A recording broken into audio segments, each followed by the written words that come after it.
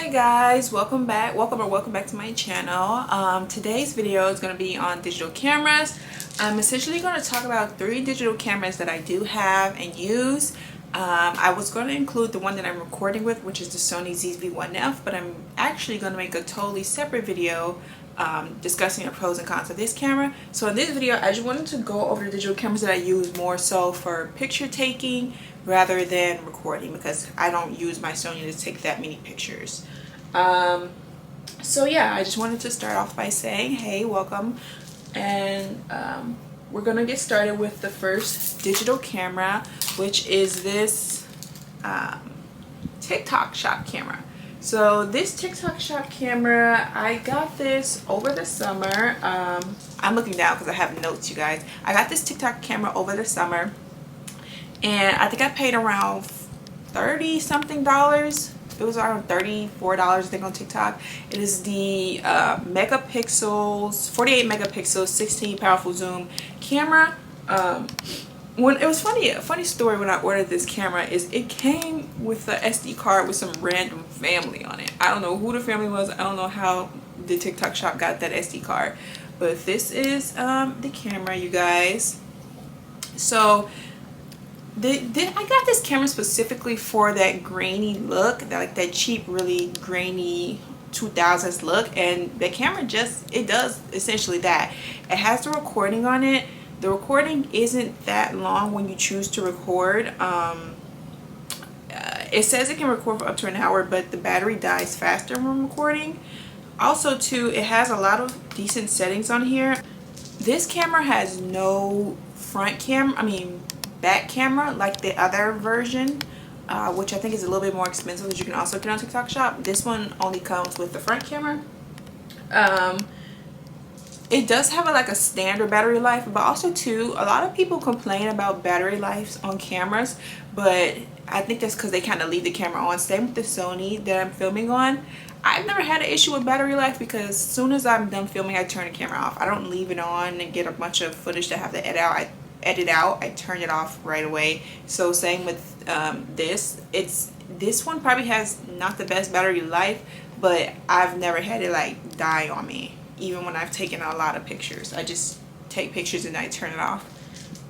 Yeah, the battery does run down faster with video. It has different camera settings like resolution, beauty, phase shooting, quality, white balance, exposure, self timer, things of that nature. I usually keep the sharpness on the most sharp one, because it is already so grainy that I don't want it super duper grainy. With my other cameras that I'm going to go over, the 2 other that I'm going to go over in this video, you can have a super grainy camera, but I don't prefer that. I also have a beauty mode that I like to use as well. The zoom is pretty standard. I don't really adjust the exposure that much. I think I've taken a couple black and white pictures, but usually the settings on here are actually just pretty standard, pretty normal. I don't really mess with the settings that much on this camera. So yeah, I just wanted to show you guys this. Like I said, it's I don't know the exact name of it, but it's definitely the camera you can find on TikTok shop with 48 megapixels. Just type in digital camera on TikTok and I'm sure it'll pop up. I have the color silver on this camera. It's pretty pocket size, pretty decent standard size for a cheap digital camera. I got this off Sheen or something like that, and of course I put some stickers on it. The zoom on here doesn't come out. It just zooms in through the lens. It doesn't actually push out. I turned the sound effects off on this because I don't know, sometimes I get tired of the sound effects. So you can also do that in the settings if you want to. Okay, so the next camera on this list that I'm going to be going over is the Fujifilm camera that I have. This Fujifilm camera is the Fujifilm Z33WP. The WP stands for waterproof. Yeah, the Z33. I got this camera. My friend originally had this camera because I went out with my friend and she was taking pictures, and I was like, oh, that's a nice camera. I'm gonna post some pictures, of course, that I've taken with the camera, each camera. So she had this camera and I was like, oh, that takes like pretty decent pictures. So, and it's really small.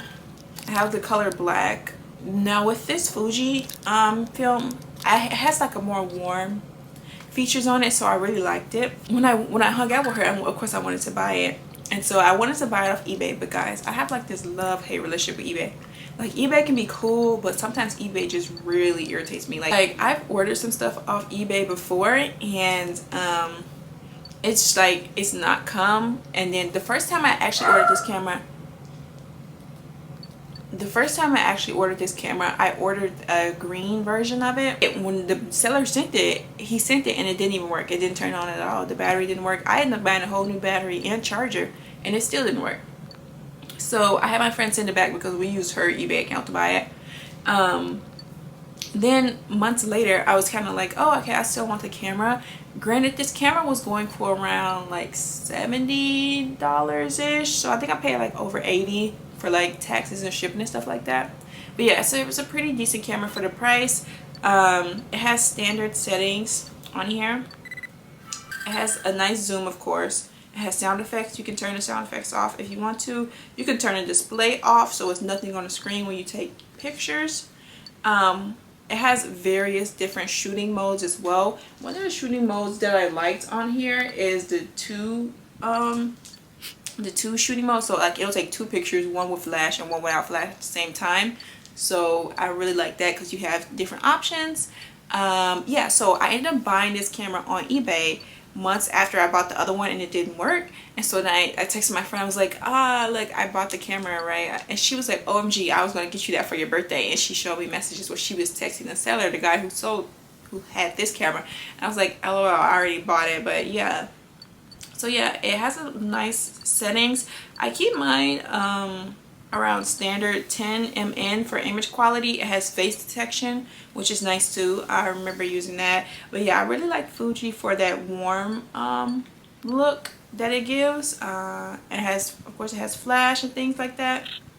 So yeah, I think this is a really good alternative if you want to get started in Fuji cameras.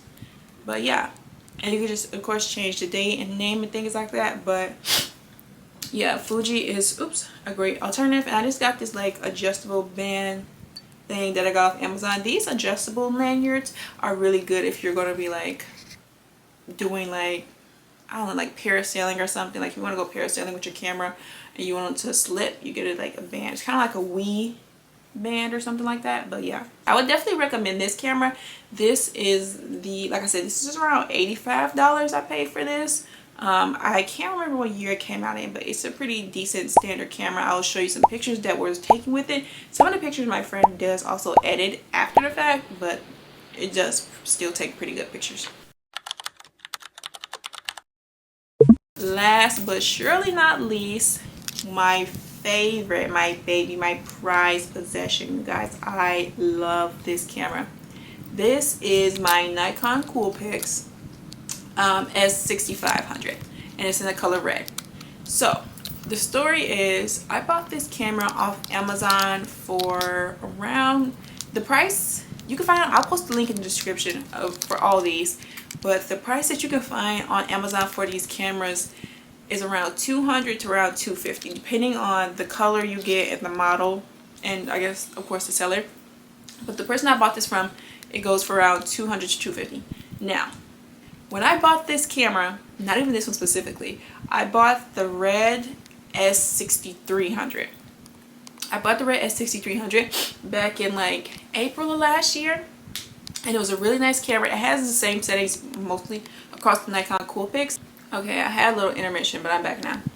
So, I bought the S6300, but with these Nikon Coolpix, the larger the number, the more new the camera and kind of the better the quality. So I bought the S6300. This was my first digital camera, by the way. And I bought it in the color red, and I bought the S6300.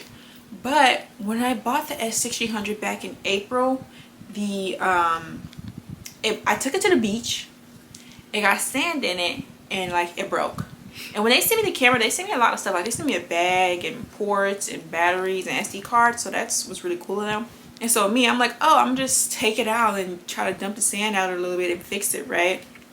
I find myself taking it apart, and literally I got to like the battery part and it shocked me, like I was using some plot tweezers or something, and it like, I don't know, the metal, it shocked me. So I was like, yeah, no, I'm over this. And I was thinking like, oh, like let me take it to a camera shop and have them fix it. But it's such a dated kind of camera, like it came out in the 2000s, so I don't think anybody's gonna repair it. So I was like, damn, I have to buy a new one. And this is what eBay comes to play. This is why eBay irritated me. So I made an eBay account, right? I was like, okay, let me buy one off eBay because it's a lot cheaper than buying it on Amazon. So I go on eBay and I try to check out, and eBay's like, no, you can't buy it. No, you can't buy it. And I'm like, what the hell? Like, why can't I buy it? Like, my card information is in. eBay was just not letting me buy it. So I was just so frustrated. So I was like, okay, whatever, you're pissing me off. So then I go back to Amazon and I'm like, oh, I'm gonna have to spend another $200 something on it. And then it didn't come for like a whole month. Like the first time I purchased this, I was like, oh, then I have to wait like a whole month. And I think I had something planned. I wanted to use it. So I was like, okay, whatever, I'll just wait, you know, after I purchase it. So it comes in the mail. They don't send me as much stuff. They send me a few SD cards or something like that.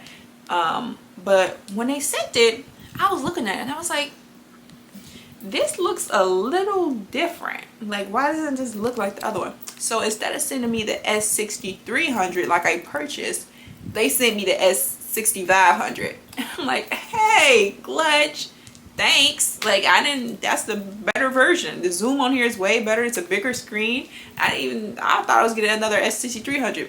But yeah, the S6300 did have pretty similar quality in terms of pictures and video and stuff like that. But yeah, so this one is way more sleek. Like I said, this is the S6500.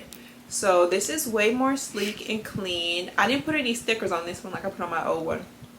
But yeah, and I got this little strawberry band from Shein as well. And I think this lanyard too from Shein. But I love this camera. This is my go-to. This is my baby. I always reach for this camera. So originally the zoom on the S6300 probably came out to like right here, but this one, it extends all the way out, so you see, to like right there. So that's nice. It has pretty decent zoom quality. It has nice quality recording videos as well. Like I said, when I had the S6300, it took nice videos as well when I was in Houston. This one has a lot of different modes. It has auto mode, my scene, soft, and smart portrait.